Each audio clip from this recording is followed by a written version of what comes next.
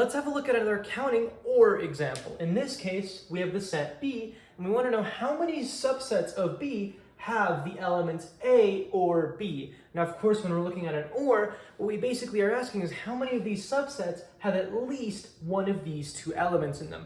So this ends up giving us 4 different categories of subsets we can look at.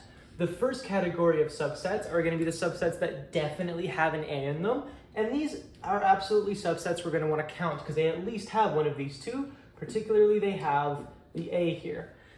Similarly, we have the second category of subsets we're going to want to count, the subsets that definitely have a B in them. And of course, those are ones we want to count because they at least include the B here. Of course, there's also going to be the third category of subsets, the subsets that have both A and B, and those are also subsets we're going to want to count. But then we're left with the subsets that have neither an A or a B, and these are subsets we do not want to count in this problem.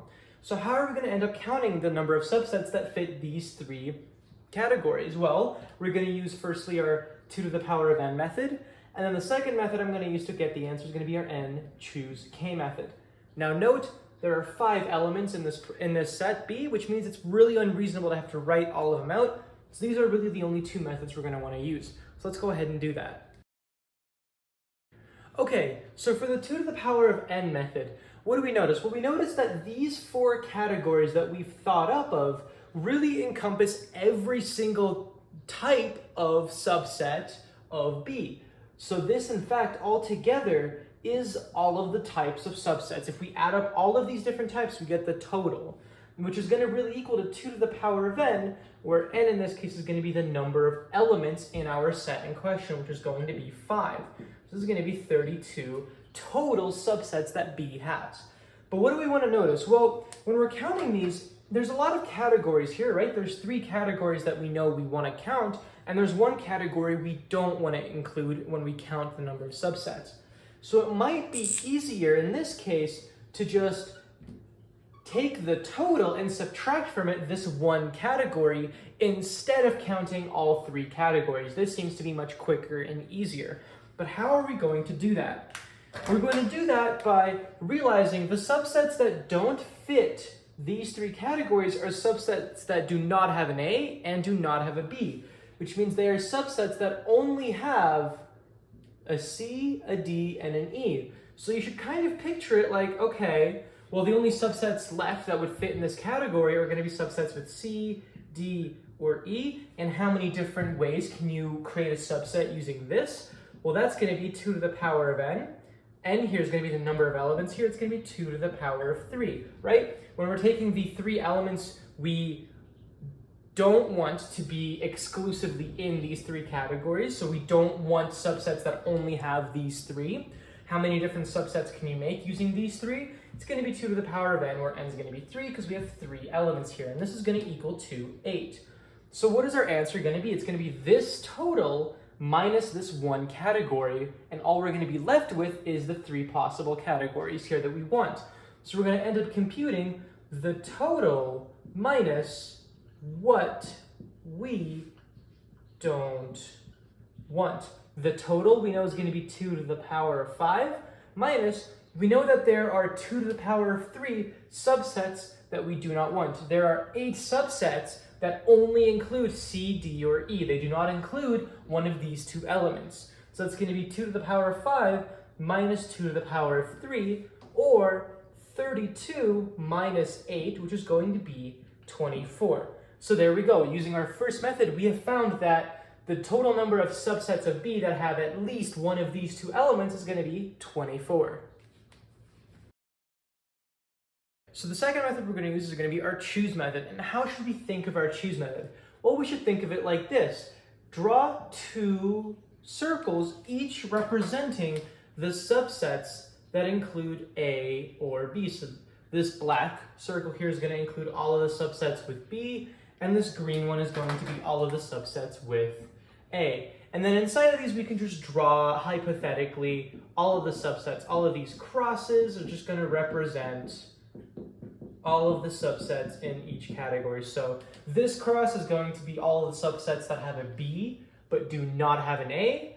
All of the subsets here, like this cross here, is going to represent all of the subsets of A but no B. And then all the subsets in this category down here have both an A and a B in these subsets here. Now the dot dot dot could literally be empty. It could just be the set, so subset including A and B, or it could have, one element here, two elements here, three elements here, and that's it.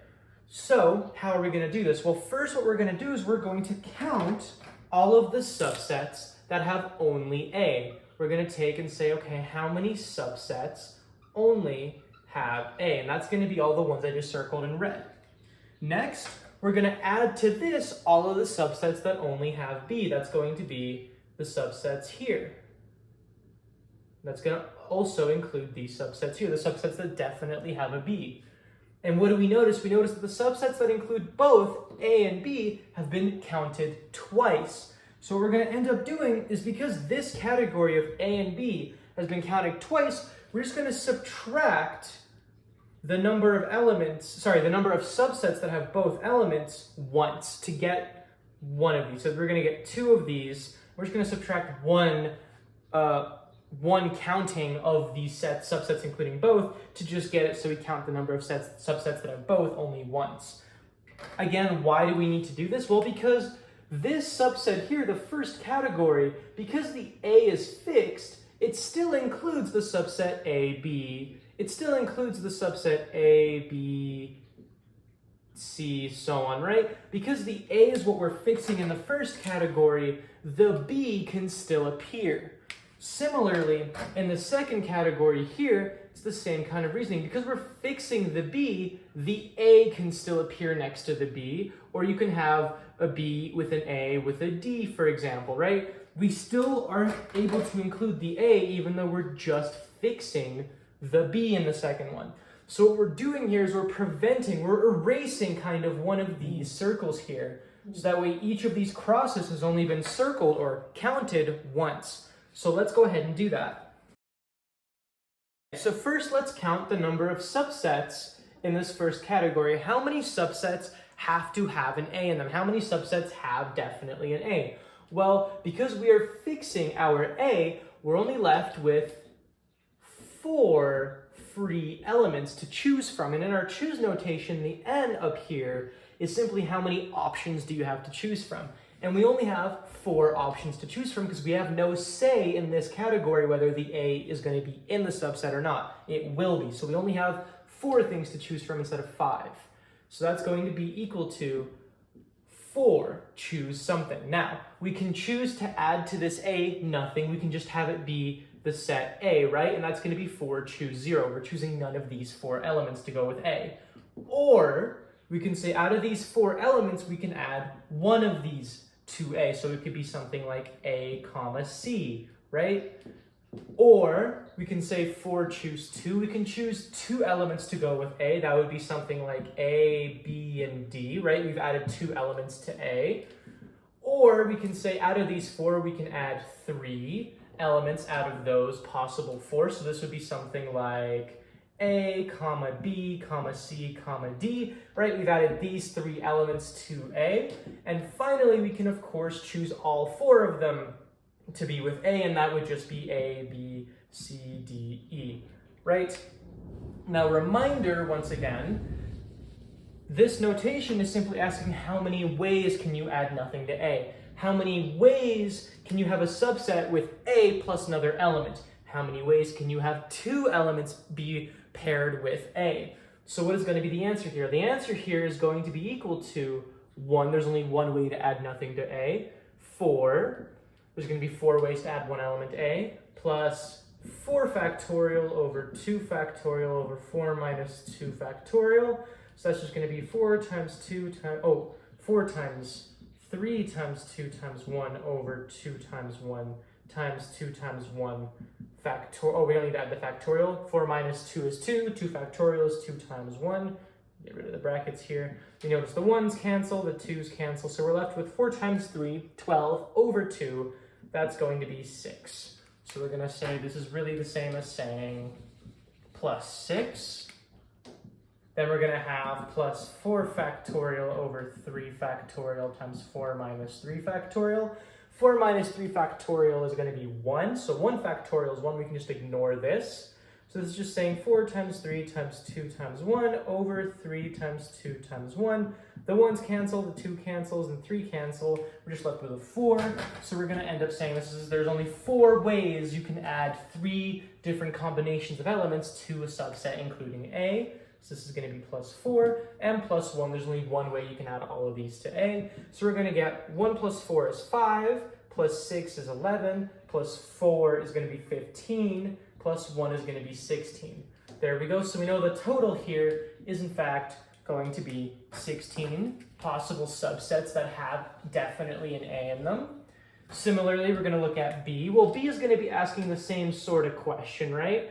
And choose K. In this case, we're going to be fixing our element B. We have no say whether or not the subset has B or not. It will have a B. So we only really want to ask is, are we choosing out of these 4 remaining elements, A, C, D, or E? Are we adding any of them? And you can say, okay, well, 4, choose nothing. We can add none of them to the subset with B.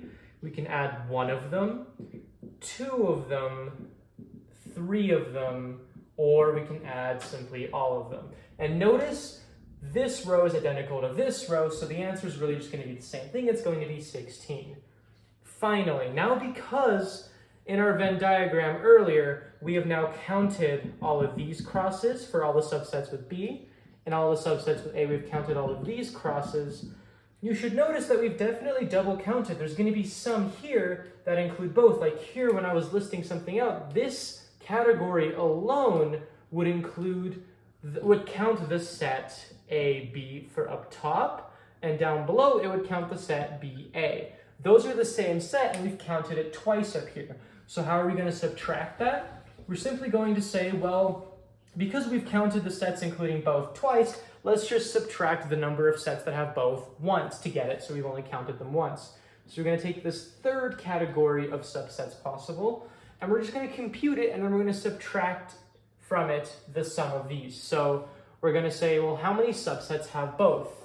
Well, that's going to be the same as saying we're fixing both of these elements, and then we ask ourselves, okay, how many do we have to choose from now? Well, we only can choose 3 of them since we have no say in the first 2. So our n is going to become a 3. It's going to be 3. We can add none of them. We can just have the subset A, B. We can add, I'm going to just make some more space here. We can add 1 of those to the set 3, so that would be like A, B, C. We've added the C here. We can add 2 of them out of the 3 that we're able to choose from, so this could be like A, B, D, and E, right? We've added the D and E, or we can of course add all of them. So how are we going to compute this? Well, let's go with the following. You can only add one way of nothing, so this is going to be 1 plus 3. There's 3 ways to add one of these there. 3 plus, okay, this is going to be 3 factorial over 2 factorial times 3 minus 2 all factorial. This is just going to be 1 factorial, so we don't really care about it. 3 factorial is going to be 3 times 2 times 1. 2 factorial is 2 times 1. The 1's cancel, the 2 cancels, you're just left with a 3. So this is just going to be plus 3. And then finally, there's only one way you can add all 3 of these to a subset that already contains A and B. So that's just going to be a plus 1. And our answer is going to be 1 plus 3, 4, plus 3, 7, plus 1, 8. So this is going to be 8. So what is our final computation going to now be? Well, it's going to be all of the sets including A, so I'm just going to write it like this, plus all of the sets including B, minus all of the sets including A and B, simply because we've counted these twice. So that's going to be 16 plus 16 minus 8, which is going to be 32 minus 8, which is going to be 24, which is exactly the same answer we got in our 2 to the power of n method.